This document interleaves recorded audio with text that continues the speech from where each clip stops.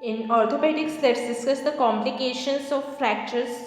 तो इसमें first compartment syndrome है, इसको हम कौन कौन सी हेडिंग्स में देखें। फर्स्ट इंट्रोडक्शन है इसका, सेकंड कॉजेस है, थर्ड कॉन्सिक्वेंसेस है, देन फोर्थ डायग्नोसिस है, देन फिफ्थ है treatment. So first introduction compartment syndrome का है।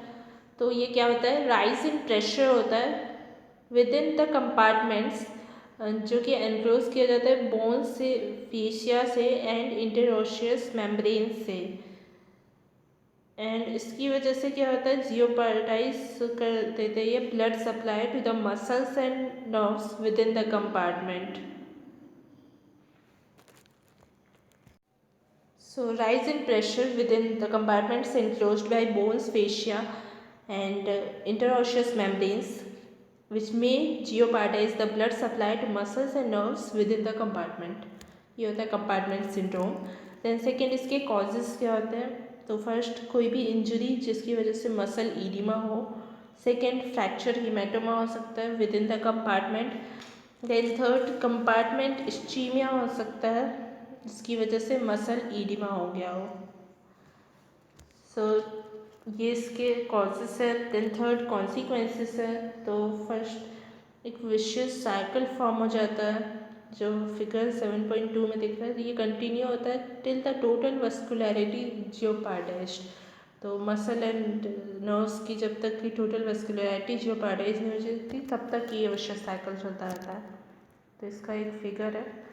एक तो पहले ऑस्टियोफेशियल कंपार्टमेंट कैसा होता है, इसमें क्या क्या होता है। ये सबसे बाहर होता है स्किन, देन उसके अंदर फेशिया होता है, उसके अंदर है बोन एंड ये फ्लेक्सर कंपार्टमेंट है एंड बोन्स के बीच में है इंटरऑशियस मेम्ब्रेन। तो ये होता है ऑस्टियोफेशियल कंपार्टमेंट। देन ये विशेष साइकिल कैसी होती है।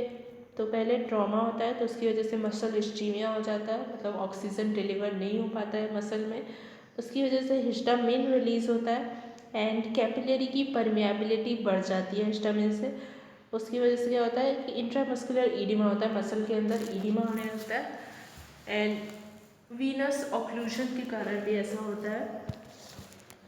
तो इंट्रामस्कुलर ईडिमा होने के बाद फिर इंट्रामस्कुलर प्रेशर बढ़ जाता है एंड वीनस लिम्फेटिक ऑब्स्ट्रक्शन हो जाता है उसकी वजह से एंड फाइनली आर्टेरियल ऑक्लूजन या स्पाज़म हो जाता है।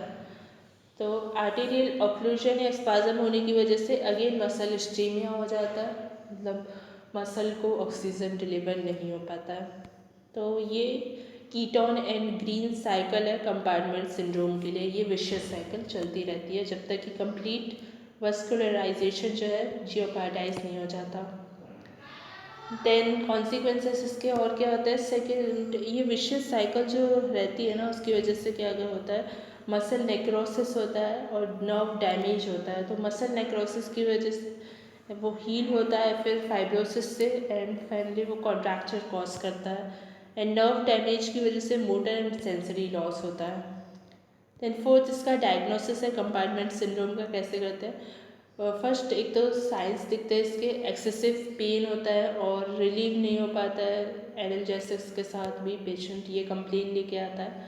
देन सेकेंड, इंजरीज जो हाई रिस्क के साथ होती है कंपार्टमेंट सिंड्रोम इससे जो एसोसिएटेड होती है वो कौन कौन सी होती है, इसकी हिस्ट्री से हम इसको सस्पेक्ट कर सकते हैं। तो एक तो supracondylar fracture of humerus associated रहता है। सेकेंड, फोर आर्म अगर बोन फ्रैक्चर हुआ है तो उससे एसोसिएटेड होता है compartment syndrome. Third, close tibial fracture अगर है तो। देन फोर्थ, क्रश इंजरीज है अगर लेग और फोर आर्म की तो उस केस में एसोसिएटेड हो सकता है। देन थर्ड, स्ट्रेच टेस्ट से हम देख सकते हैं, तो ये अर्लीस्ट साइन होता है।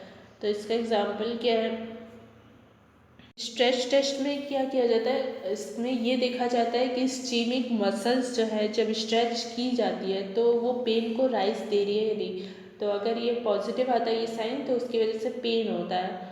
तो अफेक्टेड मसल्स को स्ट्रेच करना पॉसिबल होता है, कैसे, पैसिवली मूव करें अगर हम जॉइंट्स को, जो मसल के एक्शन का डायरेक्शन है ना उसके अपोजिट डायरेक्शन में अगर हम जॉइंट्स को पैसिवली मूव करें तो इसका एग्जांपल क्या है कि पैसिव एक्सटेंशन कर दिया हमने फिंगर्स का तो उसकी वजह से फोर आर्म के फ्लेक्सर कंपार्टमेंट में पेन प्रोड्यूस होगा। देन फोर्थ अदर साइंस है कंपार्टमेंट सिंड्रोम के, तो एक तो टेंस कंपार्टमेंट हो जाता है, दूसरा हाइपोस्थीसिया हो जाता है, थर्ड मसल वीकनेस, तो ये सब हो सकता है। देन फिफ्थ कंफर्मेशन कैसे करते हैं कंपार्टमेंट सिंड्रोम का, तो कंपार्टमेंट प्रेशर जो होता है ना वो ग्रेटर देन 40 mm H2O हो जाता है, तो उससे कंफर्मेशन होता है।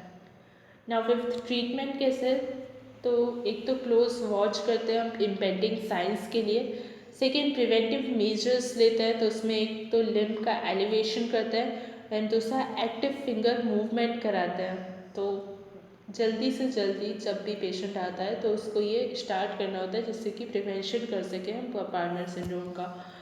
देन थर्ड सर्जिकल डीकम्प्रेशन करते हैं, तो ये दो तरीके से करते हैं, एक तो फैसियोटोमी होता है, तो इसमें कंपार्टमेंट के डीप फेशिया को लॉन्गिट्यूडनली स्लिट किया जाता है, एग्जाम्पल फोर आर्म में। देन दूसरा फिबुलेक्टोमी होता है, तो इसमें फिबुला के मिडिल थर्ड को एक्सरसाइज किया जाता है जिससे कि लेग के सारे कंपार्टमेंट्स डीकम्प्रेस हो जाए। तो ये कंपार्टमेंट सिंड्रोम के बारे में था। उसके बाद नेक्स्ट जो कॉम्प्लिकेशंस है फ्रैक्चर्स के, उसमें है रिफ्लेक्स सिंपैथेटिक डिस्ट्रॉफी और सटेक्स डिस्ट्रॉफी। तो उसके बारे में देखते हैं, इसको हम कौन कौन सी हेडिंग्स में देखेंगे। फर्स्ट इंट्रोडक्शन है, सेकंड क्लिनिकल फीचर्स है, थर्ड डायग्नोसिस है एंड फोर्थ ट्रीटमेंट है। तो फर्स्ट इंट्रोडक्शन देखते, सटेक्स डिस्ट्रॉफी क्या होता है, एक पेनफुल कंडीशंस का ग्रुप होता है जो कि ट्रॉमा के सीक्वले के तौर पे ऑकर होता है, मतलब ट्रॉमा के बाद ये सारी कंडीशंस होती हैं।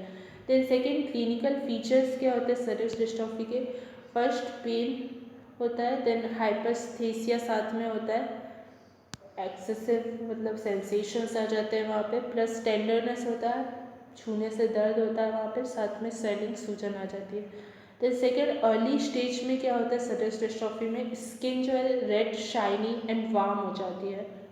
देन लेटर स्टेज में थर्ड क्या होता है, प्रोग्रेसिव एट्रॉफी होती है स्किन मसल्स एंड नेल्स की, and fourth joint deformities and stiffness आ जाती है। तो ये सारे इसके क्लिनिकल फीचर्स हैं। देन थर्ड डायग्नोसिस कैसे करते हैं, एक्सरे से किया जाता है एंड इसमें क्या दिखता है, कैरेक्टरिस्टिक स्पॉटी रेयरफैक्शन दिखता है। देन फोर्थ ट्रीटमेंट है, तो फिजियोथेरेपी प्रिंसिपल मोडालिटी होती है इसकी, एंड प्रोलॉन्ग्ड फिजियोथेरेपी जो है वो रिवॉर्डिंग हो सकती है पेशेंट्स रख के, डॉक्टर के साइड से भी और पेशेंट के साइड से भी, तो प्रोलॉन्ग फिजियोथेरेपी की जानी चाहिए।